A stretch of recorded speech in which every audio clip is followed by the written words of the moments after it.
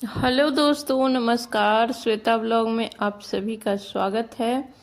तो आज चलिए जानते हैं कि जया एकादशी कब पड़ रहा है इस बार, कब इसकी शुभ मुहूर्त है, कब व्रत किया जाएगा और किस दिन पारण है, पारण का शुभ मुहूर्त, और क्या इसका विशेष फल प्राप्त होता है जया एकादशी का।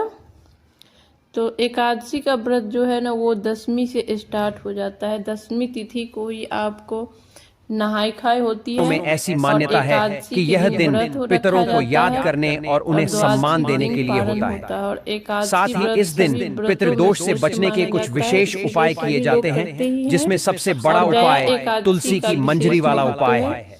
पंचांग के अनुसार 7 फरवरी की रात 9:26 से एकादशी तिथि आरंभ होकर 8 फरवरी की रात 8:15 तक रहेगी। उदया तिथि के आधार पर इस बार जया एकादशी का व्रत 8 फरवरी को रखा जाएगा, जबकि व्रत का पारण 9 फरवरी की सुबह किया जाएगा। तो आप इस दिन माता तुलसी की बताए गए तरीके से पूजा करते हैं एवं धन प्राप्ति, कर्ज मुक्ति के लिए हमारे शास्त्रों में बताया गया इनमें से कोई भी एक उपाय कर लेते हैं। तो बस इतना करने से ही भगवान श्री हरि विष्णु और मां लक्ष्मी की कृपा पाई जा सकती है। इससे आर्थिक स्थितियों को सुधारने और जीवन के सभी कष्टों को दूर करने में भी मदद मिलेगी। माघ मास के शुक्ल पक्ष की एकादशी तिथि माता तुलसी और भगवान विष्णु की पूजा के लिए समर्पित मानी जाती है। शास्त्रों में ऐसा वर्णित है कि जया एकादशी पर माता लक्ष्मी की पूजा करने से और गंगा स्नान, दान पुण्य एवं तुलसी माता की मंजरी से जुड़े इस एक उपाय को करने से साधक को बेहद ही शुभ एवं श्रेष्ठ फलों की प्राप्ति होती है। वहीं जिन भी लोगों के घर परिवार में नेगेटिव एनर्जी का वास है, वैसे लोग इस जया एकादशी के दिन कुछ बेहद ही खास मगर सरल उपायों को करके नेगेटिव एनर्जी से छुटकारा पा सकते हैं। वहीं धन की तो इस तरीके से दशमी का जो नियम होता है और एकादशी का जो नियम होता है, जया एकादशी जो है ना वो माघ मास में पड़ता है। माघ मास के शुक्ल पक्ष में जो एकादशी पड़ता है उसे हम जया एकादशी कहते हैं। तो माघ मास में जितने भी पूजा पाठ होते हैं उस सभी पूजा पाठ में आपको तिल का यूज होता है। हमें तिल का यूज जरूर करना चाहिए। तिल के लिए विशेष माना जाता है माघ मास। तो एकादशी के दिन हमें सवेरे ब्रह्म मुहूर्त में उठ जाना है, और अगर नदी तालाब है कहीं अगल बगल तो आप वहाँ जाके स्नान कर सकते हैं, वो सबसे अच्छा होगा। लेकिन नदी तालाब नहीं है तो घर में आप थोड़ा सा गंगा जल और काला तिल डाल करके स्नान कर लीजिए। स्नान करने के बाद सबसे पहले जो है ना सूर्यदेव को जल और थोड़ा सा तिल, गंगा जल, रोली, गुड़ डाल करके अर्घ दे दीजिए। और उसके बाद पीपल का पेड़ अगर अगल बगल है तो पीपल का पेड़ का पूजा कीजिए। पीपल के पेड़ में भी आप गाय का कच्चा दूध, जल, गंगा जल मिक्स करके और थोड़ा सा तिल डाल करके अर्घ दीजिए और धूप दीप जलाइए। तिल का तेल का दीपक जलाइए। सुबह को भी और शाम को भी धूप बत्ती दिखा लीजिए।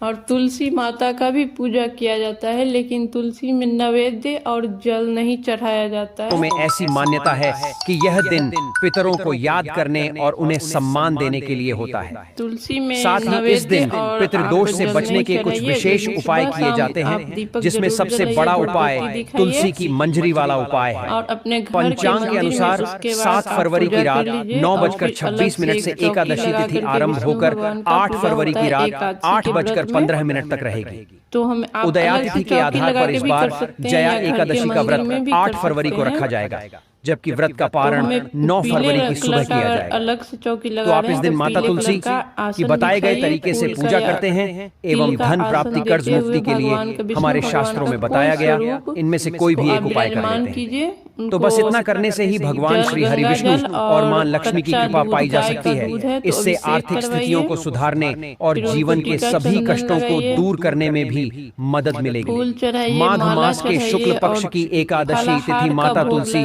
और भगवान विष्णु की पूजा के लिए समर्पित मानी जाती है। शास्त्रों में ऐसा वर्णित है कि जया एकादशी पर माता लक्ष्मी की पूजा करने से और गंगा स्नान, दान पुण्य एवं तुलसी माता की मंजरी से जुड़े इस एक उपाय को करने से साधक को बेहद ही शुभ एवं श्रेष्ठ फलों की प्राप्ति होती है। वहीं जिन भी लोगों के घर परिवार में नेगेटिव एनर्जी का वास है, वैसे लोग इस जया एकादशी के दिन कुछ बेहद ही खास मगर सरल उपायों को करके नेगेटिव एनर्जी से छुटकारा पा सकते हैं। वहीं धन की में ऐसी मान्यता है कि यह दिन पितरों को याद करने और उन्हें सम्मान देने के लिए होता है। साथ ही इस दिन पितृदोष से बचने के कुछ विशेष उपाय किए जाते हैं, जिसमें सबसे बड़ा उपाय तुलसी की मंजरी वाला उपाय है। पंचांग के अनुसार 7 फरवरी की रात 9:26 से एकादशी तिथि आरंभ होकर 8 फरवरी की रात 8:15 तक रहेगी। उदया तिथि के आधार पर इस बार जया एकादशी का व्रत 8 फरवरी को रखा जाएगा, जबकि व्रत का पारण 9 फरवरी की सुबह किया जाएगा। अगर ये नहीं हो तो आप इस दिन माता तुलसी की बताए गए तरीके से पूजा करते हैं एवं धन प्राप्ति, कर्ज मुक्ति के लिए हमारे शास्त्रों में बताया गया इनमें से कोई भी एक उपाय कर लेते हैं। तो बस इतना करने से ही भगवान श्री हरि विष्णु और मां लक्ष्मी की कृपा पाई जा सकती है। इससे आर्थिक स्थितियों को सुधारने और जीवन के सभी कष्टों को दूर करने में भी मदद मिलेगी। माघ मास के शुक्ल पक्ष की एकादशी तिथि माता तुलसी और भगवान विष्णु की पूजा के लिए समर्पित मानी जाती है। शास्त्रों में ऐसा वर्णित है कि जया एकादशी पर माता लक्ष्मी की पूजा करने से और गंगा स्नान, दान पुण्य एवं तुलसी माता की मंजरी से जुड़े इस एक उपाय को करने से साधक को बेहद ही शुभ एवं श्रेष्ठ फलों की प्राप्ति होती है। वहीं जिन भी लोगों के घर परिवार में नेगेटिव एनर्जी का वास है, वैसे लोग इस जया एकादशी के दिन कुछ बेहद ही खास मगर सरल उपायों को करके नेगेटिव एनर्जी से छुटकारा पा सकते हैं।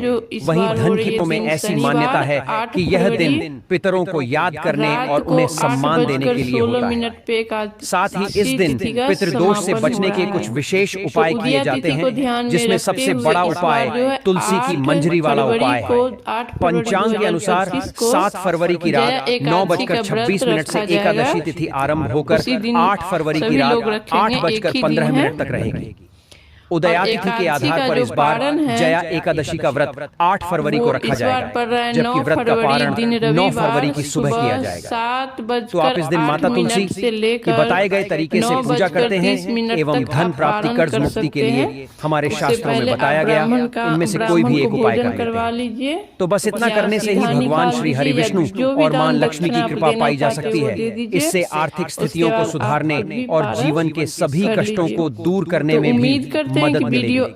माघ मास के शुक्ल पक्ष की एकादशी तिथि माता तुलसी और भगवान विष्णु की पूजा के लिए समर्पित मानी जाती है। शास्त्रों में ऐसा वर्णित है कि जया एकादशी पर माता लक्ष्मी की पूजा करने से और गंगा स्नान, दान पुण्य एवं तुलसी माता की मंजरी से जुड़े इस एक उपाय को करने से साधक को बेहद ही शुभ एवं श्रेष्ठ फलों की प्राप्ति होती है।